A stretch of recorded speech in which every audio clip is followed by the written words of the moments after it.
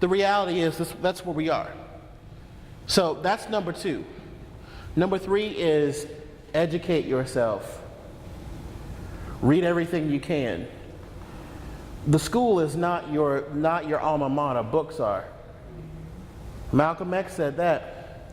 They asked him, you know, you're so well spoken, you're such an intelligent man. Where'd you go to school? He said, books.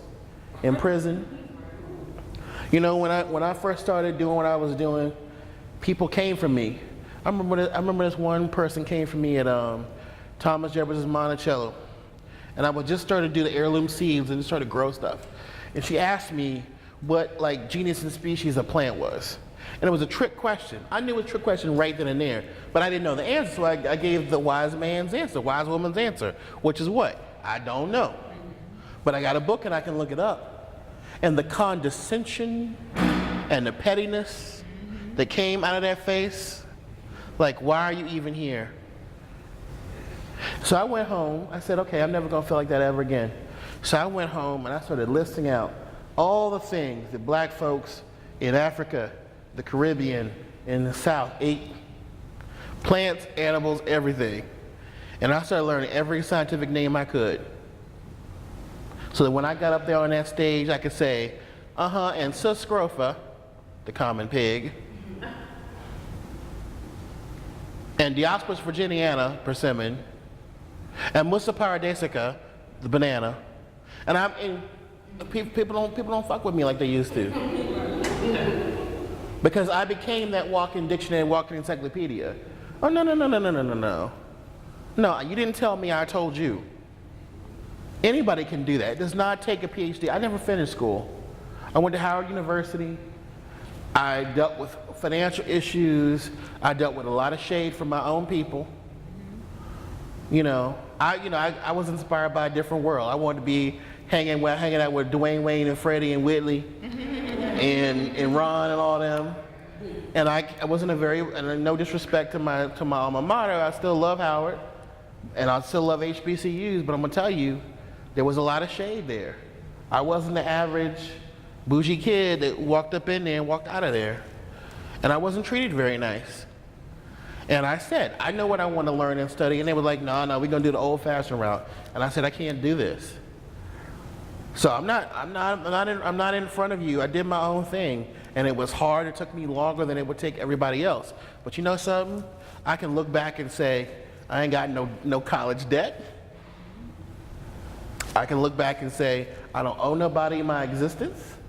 I can look back and say, nobody created me, I created myself with the help of God Almighty and my ancestors, who are my board of directors. And that's all there is to it. So I'm gonna shut up. If y'all have any questions, that's great. Any dialogue points, that's great. Are we good on time? Okay, awesome, which is rare for me, because they'd be like, Lord, when is Negro gonna shut up? We need our chicken. I'll be like that Southern preacher, be like on verse 3, and it's already 12:30, and y'all thought you were gonna get out an hour ago? That'd be me sometimes. We have about 15 minutes. All right, cool, that's perfect. What y'all want to ask or got to say? Trust me, I'm very nice. I'm only mean to our masters. Favorite recipe? Oh, girl, you gonna get me on that one. It depends on the situation. So, if I'm trying to impress you and I really love you, then I'm gonna make you barbecue. Because that, in my family, was always like a 2-3 day deal. It wasn't like, grilling. I learned from my father, I learned from my grandmother, and my grandmother learned from her father. So, the whole process of like marinating the stuff and cooking a certain way, and the whole thing is like 2-3 days. But if I'm for myself, it's red rice or jollof rice. Red rice. Jollof rice. So jollof rice from West Africa is the grandmama dish to red rice in the South, which is the same thing as Mexican rice. Okay? Because all these rice, they have tomato, onion, pepper. And they're all found where enslaved people went to in the New World from Senegambia, from Senegal.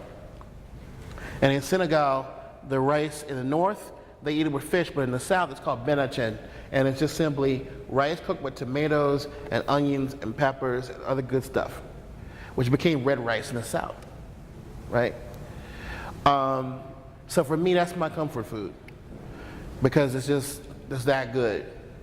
Of course, you put a little bit of, smoked fish or whatever you want in the African version, peas and carrots and chicken and whatnot, whatever you want to do. And the red rice, I prefer to be vegetarian. But that's my comfort food. When I do a dinner, one of the colonial antebellum dinners, and by the way, folks, people slander me on social media all the time, talking about I dress up in slave clothes and serve white people. Nonsense. Nonsense. I think that's they think that because they see certain pictures. First of all, on most living history sites, I can't even serve people the food from that kitchen because it's not a restaurant kitchen. It's full of mice and bugs and cats and all that kind of nonsense you don't even want to know about. Second of all, if I'm going to cook for people through a restaurant or whatever, I want the audience to be diverse and be mixed because I want the truth to come out. I actually had one woman who just didn't get it, and she said, well, can we not talk about the race and the politics, we just talk about the food? And right, everybody, and there was a collective, the room was like 60-40, 40% white, 60% people of color, and everybody, black and brown in the room went, oh. Collective side, I'm like, girl, did you not hear that collective, oh. That told you right there, he was wrong. So cut it. But when I do those dinners, the thing that I make that I'm most proud of that gets everybody going is called, don't laugh, kush.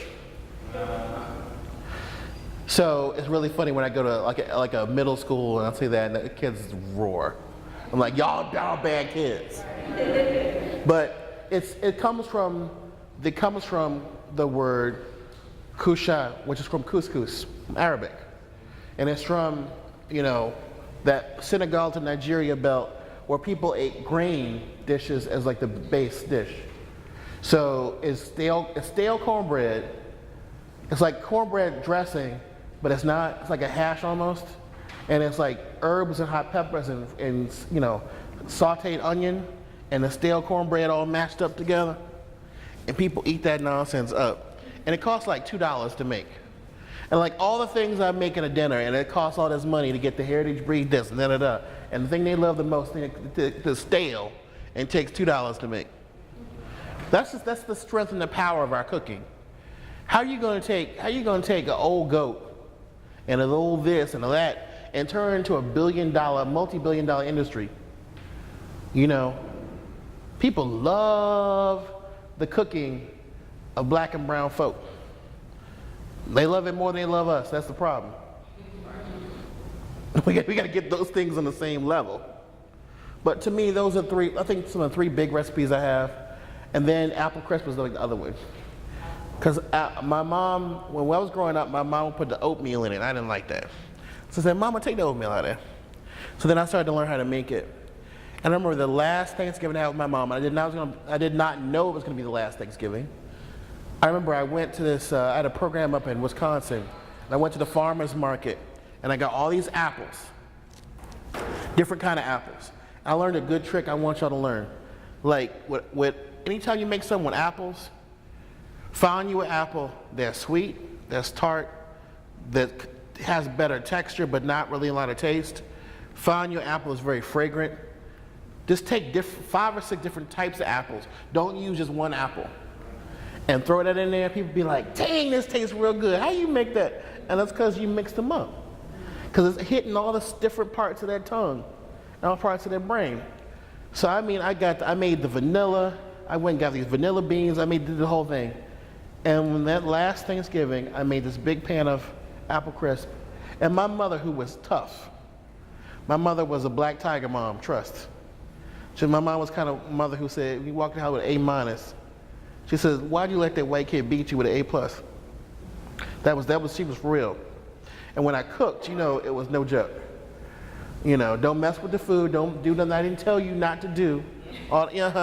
And believe me, I done had many a wooden spoon broken on this ass. Trust. So my mother said to me, that was the best apple crisp I ever had. So when she was sick from kidney failure. So when I would bring her like an heirloom tomato that I grew, or I'd make her some barbecue, or I made the apple crisp to have her look at me in the face and go, that was the best I ever had.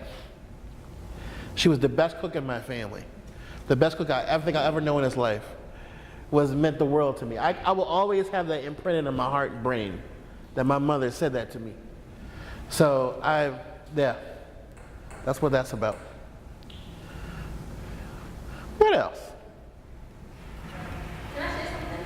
You know, it's funny when you said that it's always you gotta like basically teach your story, and you start talking about like maybe the only person start cooking. So I remember like basically when you like really get into like each cooking, when I was like 10 or 11 years old, maybe. I don't know. Right. My brother had sleepover, and he has friends over and stuff. So my mother usually I cook, you know, I'm the first. Now I never seasoned it before because I never really seen my mother season that. So I didn't know, you know, any egg, you know, seasoning egg. Then I made breakfast, I gave it to him. And his friend was just like, what is this?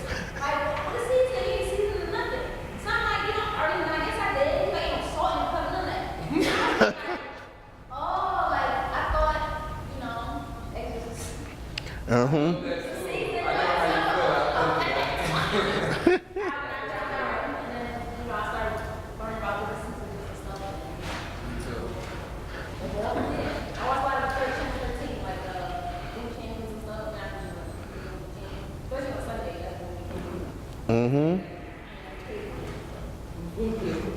How many of y'all grew up with the cabinet full of the spices?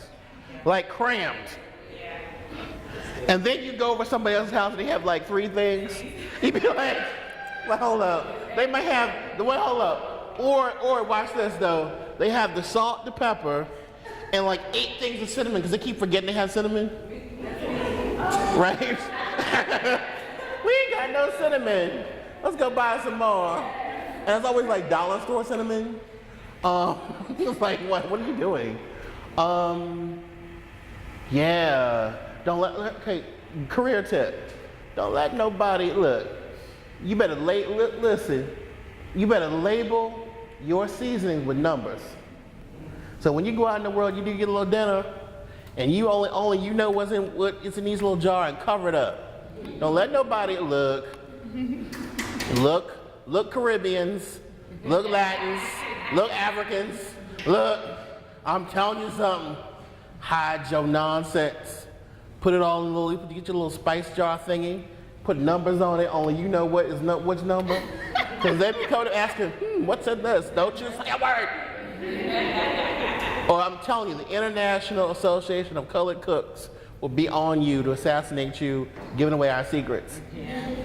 So I'm telling you, and I make my own spice blends. I make like a hibiscus salt, which is really cool. Other things, things that look pretty, they're just interesting. I need to do more of that because the thing about it is that how I started was doing the living history stuff, which, it's stupid, but it's professional to not have a lot of modern stuff when you do it. The thing about it is it precludes someone else doing it for me. So I need to do more of that. What I'm hoping to do is more things that have video that are demonstrative so that I can actually show people how I do certain things. I'm on YouTube uploaded doing different cooking things with different people. And that's good, but I need to do more of it myself. And part of it is I don't have any patience with process. Because you got to be able to say to somebody who's never done something before, step 1, step 2, step 3, and sometimes we want to be expedient, we want to get it done. So we don't really want to focus on the little minutiae that it takes to get to the end of the recipe. So learning how to write a recipe is another thing that you got to learn how to do. It's really important.